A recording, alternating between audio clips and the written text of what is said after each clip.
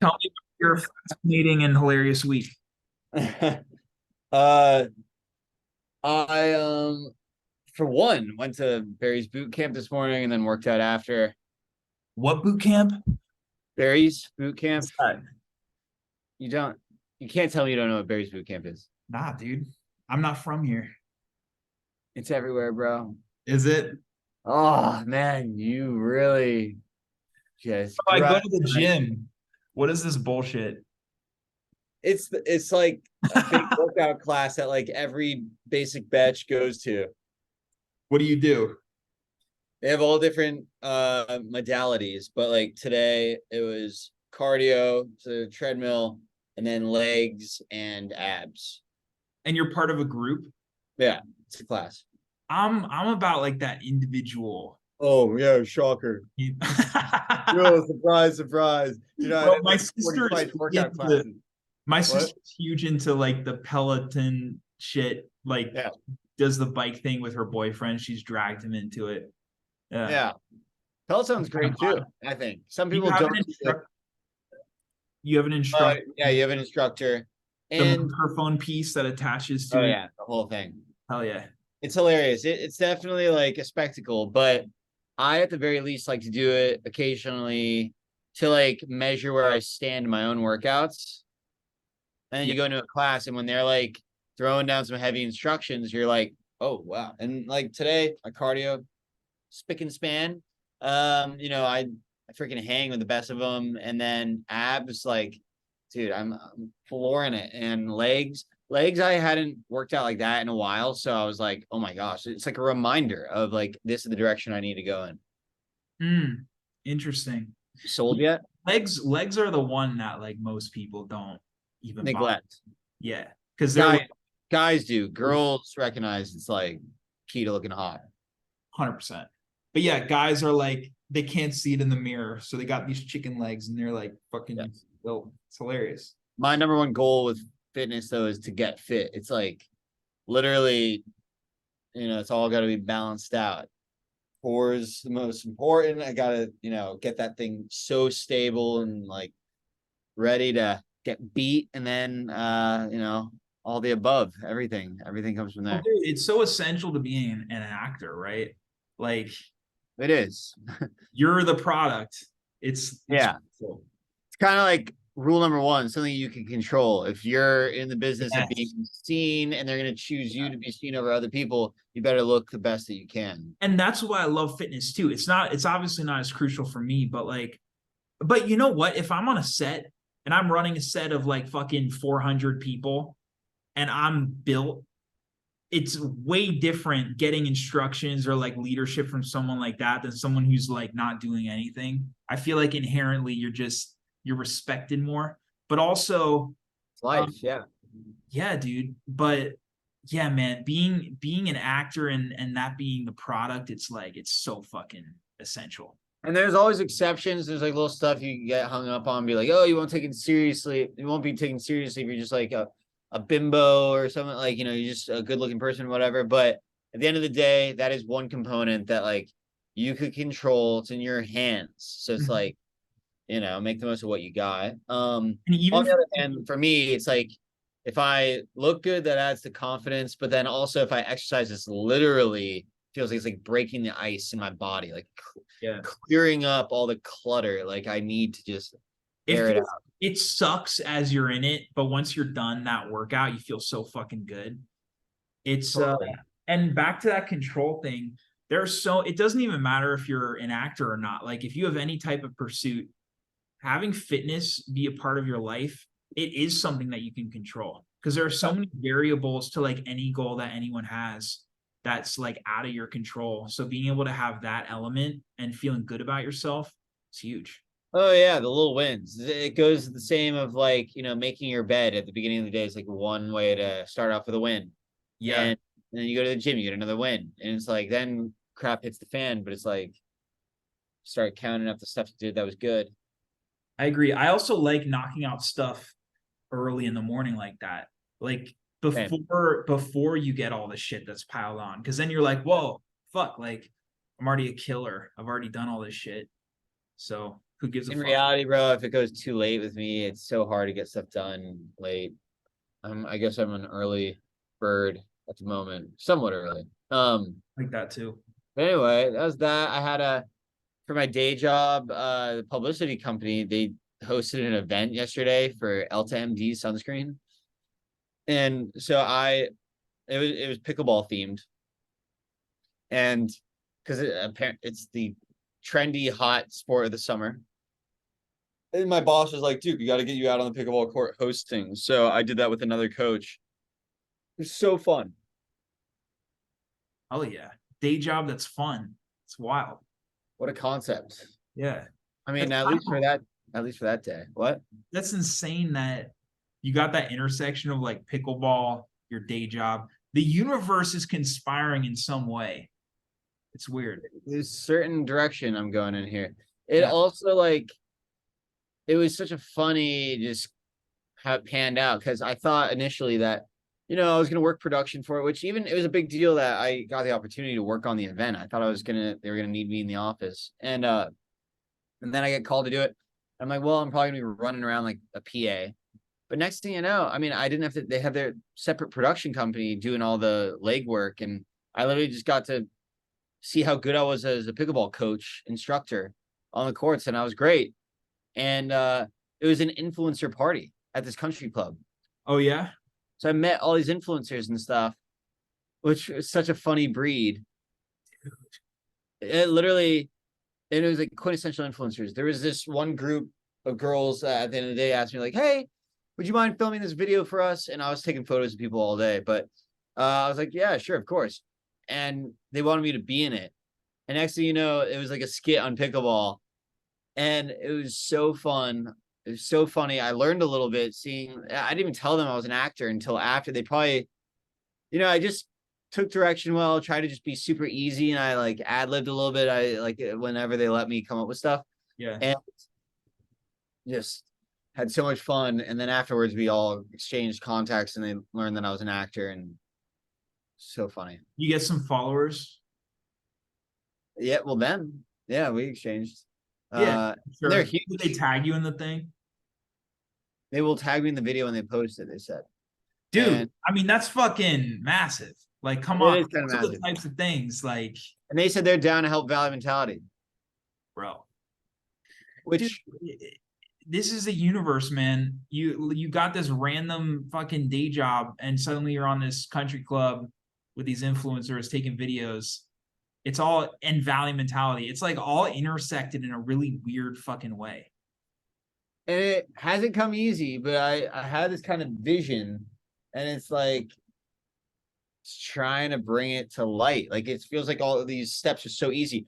And when I'm in a setting like that, like yesterday, everyone's so nice and so receptive, and they want you to do well and stuff. And they're acting like they're like not the only ones that should have these keys to the kingdom. And I'm just there. I'm like, fuck, I really need to. I don't know. It just feels like home. So you gotta do it. Yeah, man. How do you feel about the whole influencer versus actor thing? Do you think that it's essential? Like, I was at this, I don't know if I ever shared this story, but when I worked at the agency for like 5 months, I was on a desk and this client had just fired her manager because the manager was so insistent on her leveraging her like million followers on Instagram, whatever. And she was like, I'm an actress. Like, that's not me. Like, it's completely different. And so she fired the manager because of that. Wow. And then she called her agent, whose desk I was on, and she was like, this is the situation. And the agent was like empathizing with her and like, no, we'll take you a different direction. We'll do really serious roles, all this bullshit. And then he hangs up and he's like, she's so fucking stupid. Like, she has no idea. She's totally disillusioned. Like, bro, just being in that environment, seeing how they actually feel, and then how they like sweet talk their clients, whatever. But like, that was a prime example of a lot of reps and people in the industry feel like there's that intersection between those two things that's so crucial. You know, you need the audience, but also you need the chops to back it up. Obviously, we've been over this with so many people and stuff. I'm the first one that's just like, get famous, get an audience, get close to that audience so that you can utilize it to share your creative passions. And if you really are talented enough and if you have enough in the back pocket, then they can't keep you down, even if they think that you're Yeah. cringe, this or that. I Yeah. think that is a type of North Star. That being said, there's obviously culture clashes and stuff. Like you don't want to, it's not always so obvious what to do with that whole social media stuff. But isn't that funny? Yeah. Agents and producers and reps, like working on the business end, they just, for starters, and I don't think they're necessarily wrong, but they don't have the bandwidth to be like, oh, you're going to think about being taken seriously and stuff. It's like, fucking milk everything you got because you'll be aged out of the business in 4 years. That's real, bro. That's That's real. That's what they're true thinking. for women. Unfortunately, that's the reality. Yeah. Because there's always like just an influx of people coming in, same look, younger. It's like Next Ariana Grande, yeah. that's it, bro. But yeah, what you said is really true about you got to have the thing to back it up for longevity. Because I see it all the time, influencer wise.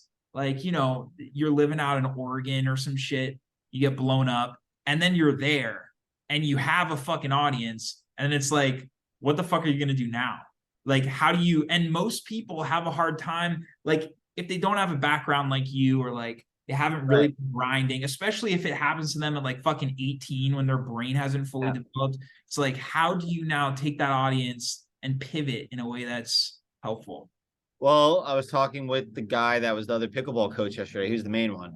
His name's Matt, and he has a Vanity Fair article written on him. He is the it guy for pickleball, and he pickleball coach to the stars. Literally, he teaches Matthew McConaughey. He has a show in development with Jamie Foxx. He has a what with Jamie Foxx? A show being developed with Jamie Foxx about pickleball. Yeah, dude, what the fuck? What the fuck? What the fuck? It's laughable, but laughing their way to the bank. Hey, come on, yeah. Yep. It's such a niche, but it's working, obviously.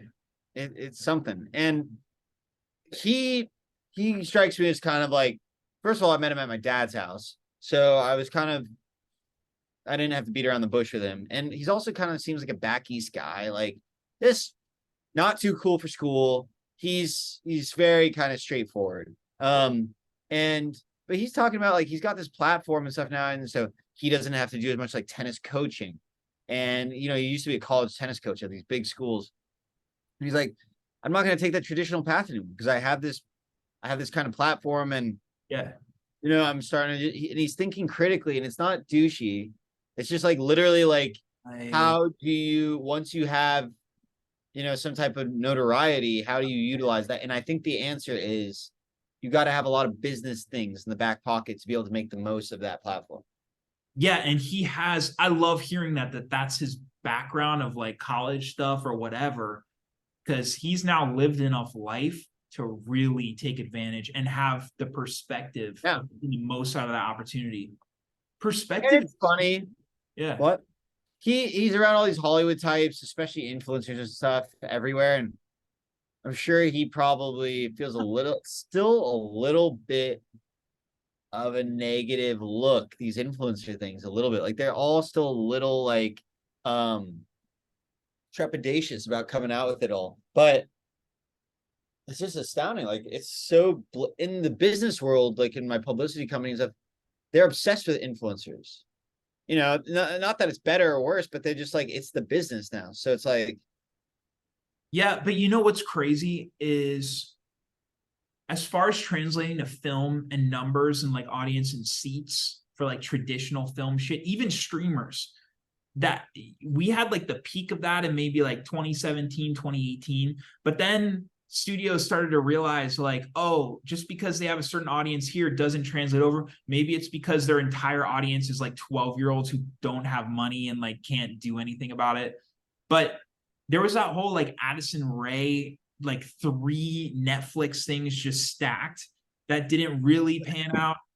Bless you. And it's like, it's weird. Like, I'm sure something like your day job, it translates over, but something more like traditional film medium stuff, it doesn't, even securing investments, like it's just not like a 1-to-1.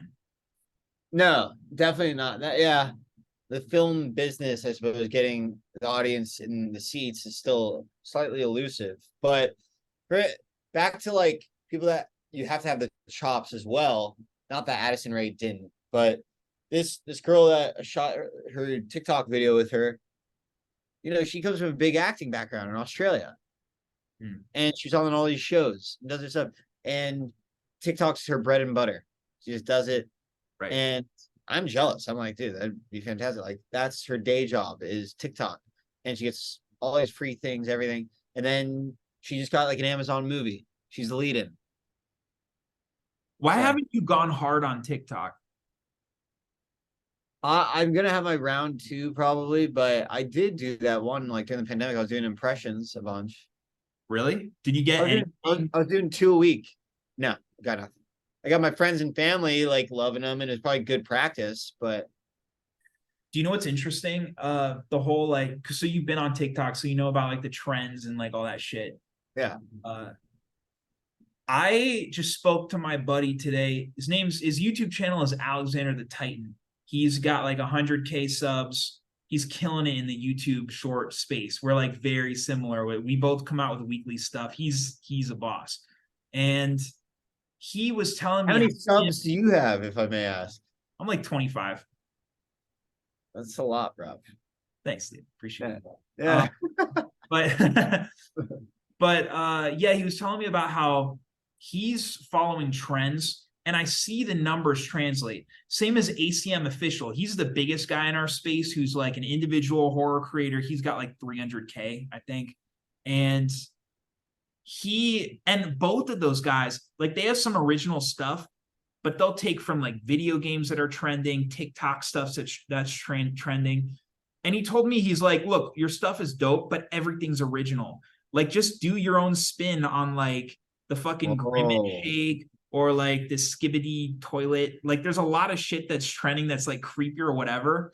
And it'll be interesting to see how that translates over. But like everything's kind of interconnected, whatever's happening on TikTok. That made you think about that. I'm curious to see if you come out with anything like that too, because in my office when we had like all this free time, a lot of the interns they would just watch that guy who's so famous, Cody Ko. Yeah. Have you heard of him on YouTube? I love Cody Ko, yeah. Of course you do. There you go. He's Everyone loves him. He always roasts. Like, I think his peak was maybe like 3-4 years ago. He has this whole like cringe series you got to check out. Have you watched those? I don't know. Maybe I have now. They're so funny. It's called like That's So Cringe, and he just roasts the fuck out of like these videos. It's great. I think that's what she was watching the other day. Was he'll pull up? He literally just pulls up other people's stuff and comments on it. Yeah, he's like a reaction. Yeah, dude. What could be easier? You just like have, if you have the right personality for, and bro, you're funny. Like, I feel like, yeah, dude, that's the easiest fucking type of content shit. And that can just snowball, because if you're not the one generating it and you're just reacting off the thing, come on. It seems, I mean, yeah, you could say like reviewers are the same way, but they have to write long articles. He's saying 1 or 2 comments about him. And you know why I watch him? Because it's more entertaining to watch him comment on the thing. Because then you're like, you feel like you're almost with a friend. Yeah. And it's not just like you watching a video, because you want some perspective. Yeah. That's kind of like why I like podcasts too. And now for the NFL, there's like on Monday Night Football, they have Peyton and Eli Manning have their own watch party while watching the football game. Really? And you listen to them comment on the football game, like not even as commentators, they just do their own thing. And then they'll have on guests as well. And the guest, it'll be like, the head coach of like the Saints, Sean Payton and stuff. And they all like just talk about themselves a little bit, but then also the game, like while you're watching it, and you're just like, dude, it feels like I'm at a watch party with like the best players of all time. That's wild. I think. Underrated. Yeah, man. And it really does feel like the way your brain processes that shit, it's almost like you're in the same room as them. It's like, That's what this has opened up for us. Is like you're now it's like, oh, you're now buddies with Peyton Manning. Like he's just telling you his take on this shit. It's a That's what social media and everything has made it that's seem like. it's way more intimate with people that you wouldn't normally have access to. Yeah. That's about it. Bruv, if I may segue, Please. it's interesting. I'm figuring out with Valley Mentality some big things going for. Obviously, the acting stuff. I had an audition the other day, but it turned out it was non-union, so I couldn't even do it. Fuck. But so that's a little quiet. But Valley Mentality, we got on this list of this girl who we spoke with. She's great. Her like style guide of the something style guide. I don't know. And we're featured on it. That's fun. And then we have new clothes coming out. And my goal is to do the VW bus and sell them in person. Like have like a set up tent out of a bus in the valley at Studio City Farmers Market or something and sell the new gear. We're doing insane. You know what? I will sneak peek it for you right now what the new gear is. Damn, bro. This is an exclusive. Exclusive checkout right here. And if you're lucky enough to be watching our pod, well, then you're lucky enough. You made it this far. Yes. So we're gonna have girls crop tops for the first time. They've been requested for a long time. Beautiful materials, distressed white crop tops, and this is gonna be the image. It's probably not the easiest to touch. I have a better quality than this. Hold on. What's wrong with it? Oh, here we go. Fine. Oh, nice, dude.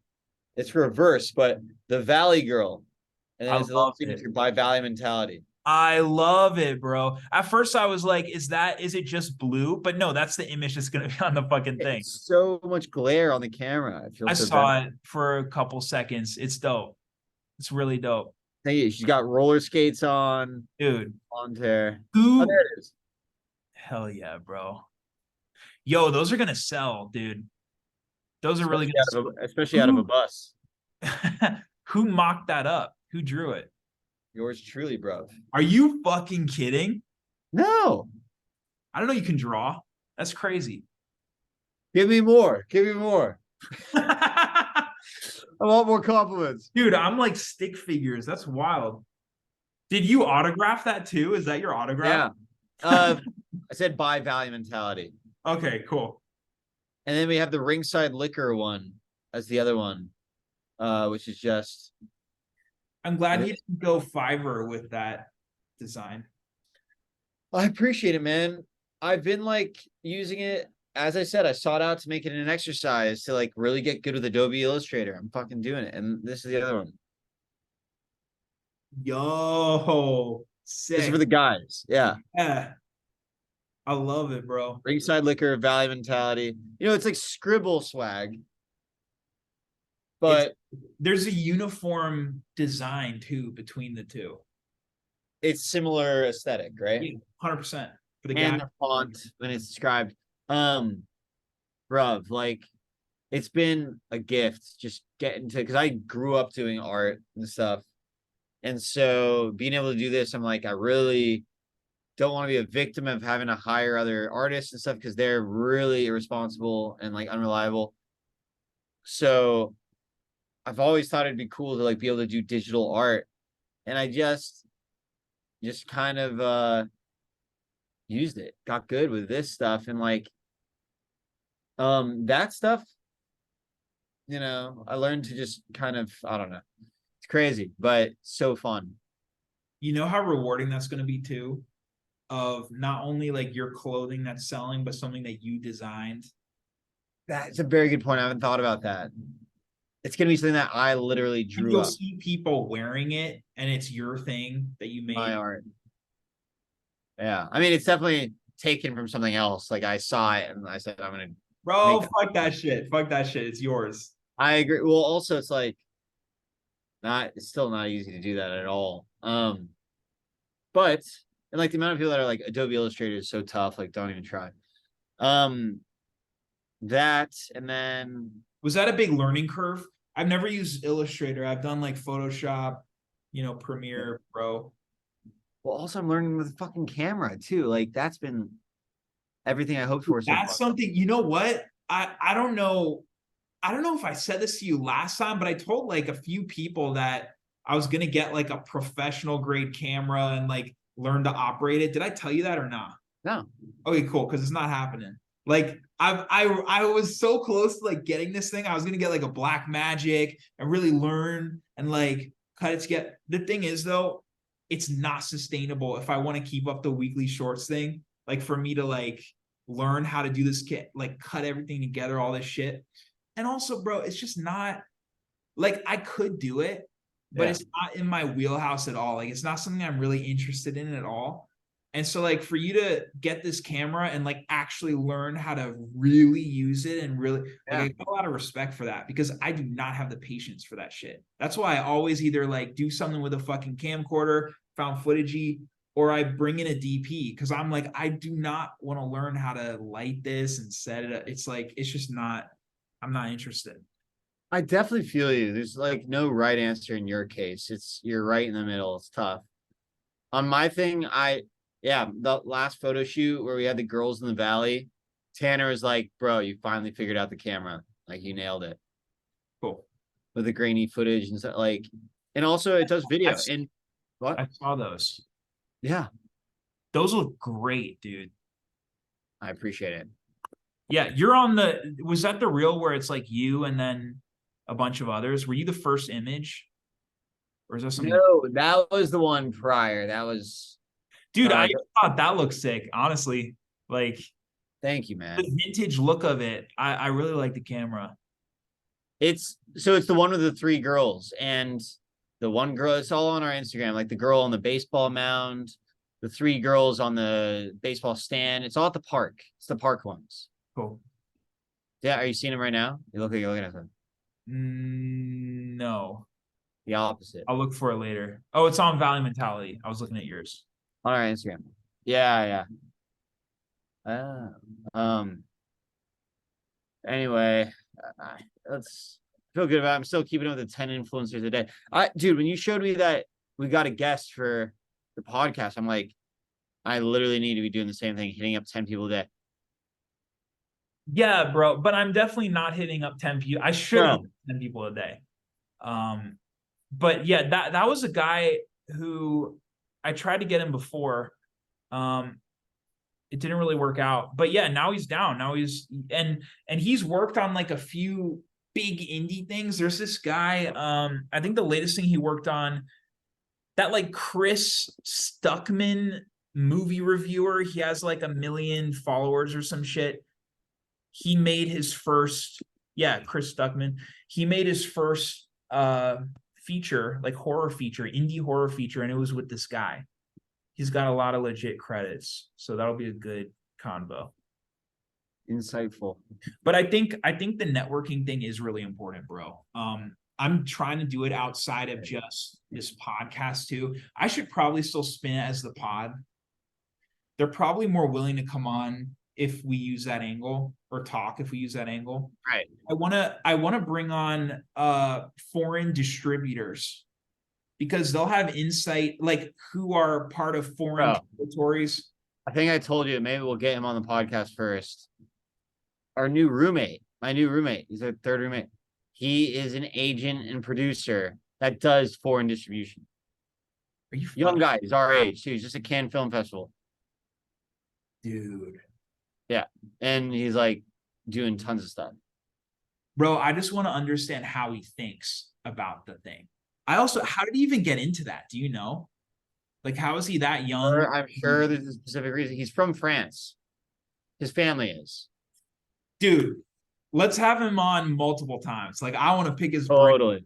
I want to. He's like the nicest guy too. So maybe that'll be like a good, because we met him through our friend, and maybe this will be like a good intro. Just have him on the pod.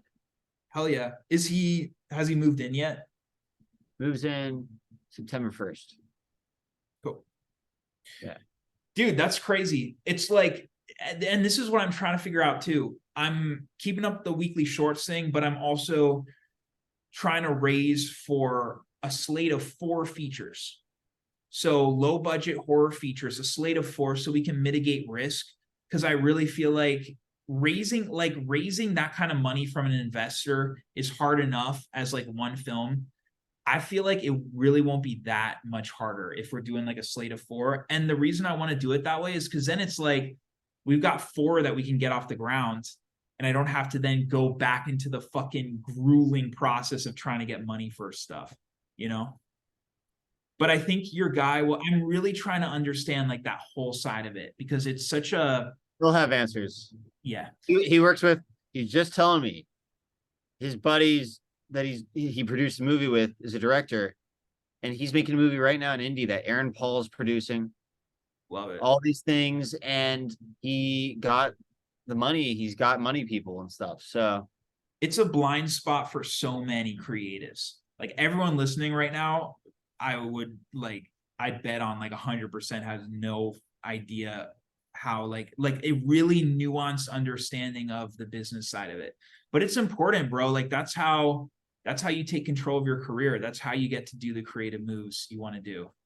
yeah, you gotta have stuff going on between the ears, so to speak. You can't just be a cornball. Yeah. Like that girl that came into the agent you were working for. Isn't that wild? I don't want to just like be an influencer. I want to do like A24 movies. Bro, speaking of that'd be a great impression. That should be your next TikTok. There is speaking of like agents talking shit behind their clients' backs too, which I hope any of them are like listening right now. There was this agent that I worked for whose client told her on the phone that they were moving from this more boutique agency to UTA. Like they just got an offer from UTA. And the agent was like super cold, and like the client was trying to be super nice, like, yo, you've helped me so much, like thank you so much, all this shit. And she was like, yeah, I'll see you around. Like she was super cold. And then as soon as she hung up, she calls up the agent on like the lower floor and is like, I am so fucking pissed. I was gonna fire her. I was gonna take her off my list in like a month. And she just jumped to UTA. Like she was pissed that she didn't get the opportunity to up her as a client before she moved on up. So thinking about it from the client's POV, they have no idea that was going to happen, but they made the best fucking move at the best fucking time. Like, can you imagine? Like, imagine if she was like, no, like I'm going to be loyal to this person. Oh, that's a good point. You never know, dude. It goes to show that it's just such a wild business. Like you don't know what's going on behind the scenes. What's down is up. What's up is down, bro. And I just thought it said so much about that agent that she was pissed that the client got going on and bigger and better. Yeah, before she got to fire her. It's not even like she was upset that she lost her as a client. Yeah. And God forbid that she was like happy for her that she's going to UTA or something. Oh. Wild shit. And UTA, for this was like a comedy person too. It's like biggest when it comes to comedy. Like there was that whole I wonder what UTA saw in her that the agent didn't. Right. And that's something to keep in mind too. As a creative, you're like, you care so much about what people's opinions are or whatever, but it's such a subjective world. Yeah. That like, just because someone doesn't like your shit doesn't mean that your shit's bad. It's just like, it just doesn't link up for whatever reason. Totally. That's so funny. That's a great story. So you did this whole audition, like you filmed the whole thing and then found out it was non-union? I didn't film it. Okay. But you worked on it a little bit? Yeah, I worked on it. My friends were in town and I had to like go home early and stuff and like memorize lines. And I found it was non-union.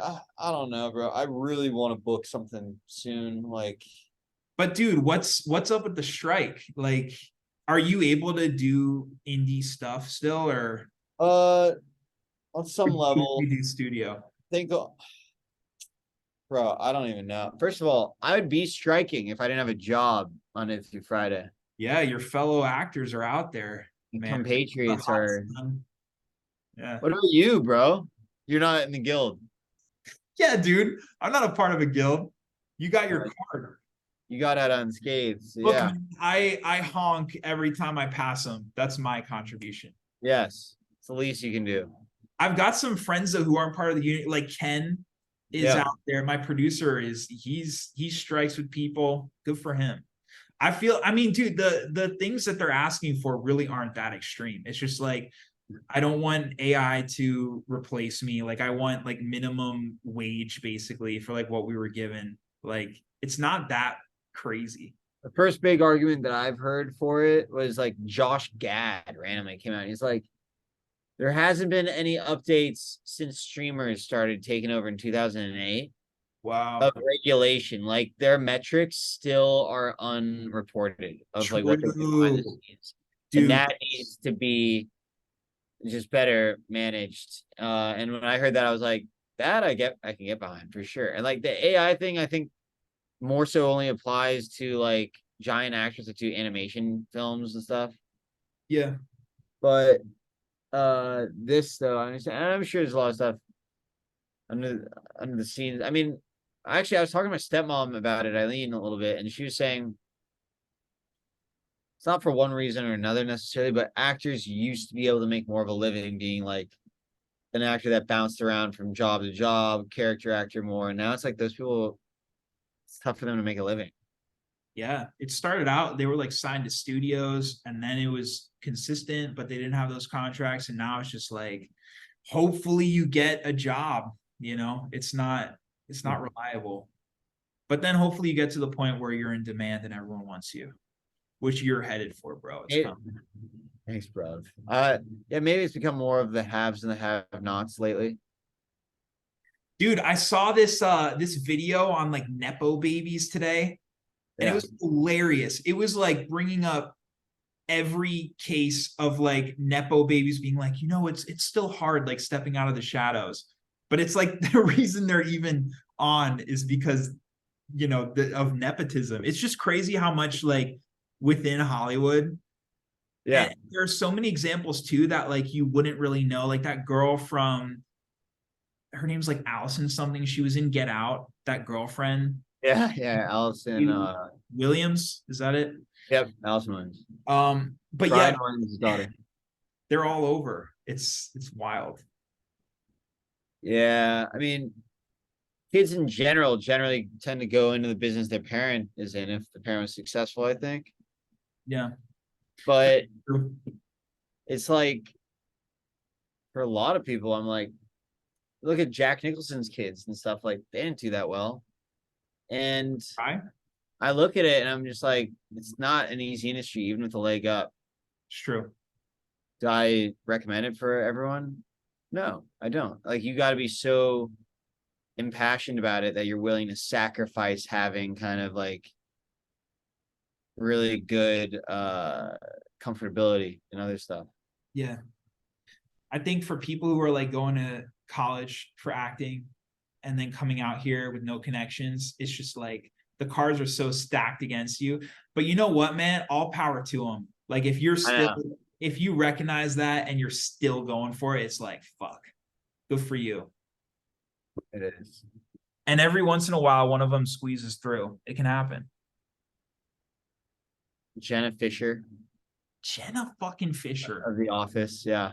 great example. And it happened for what, like a decade or something? I know. I don't know what she's really doing now. I'm sure she's still big in a lot of rooms, but she wrote that book recently on like how to get into Hollywood. We're gonna close out. It's always a pleasure. Always great, my man. See you at the next one, bro.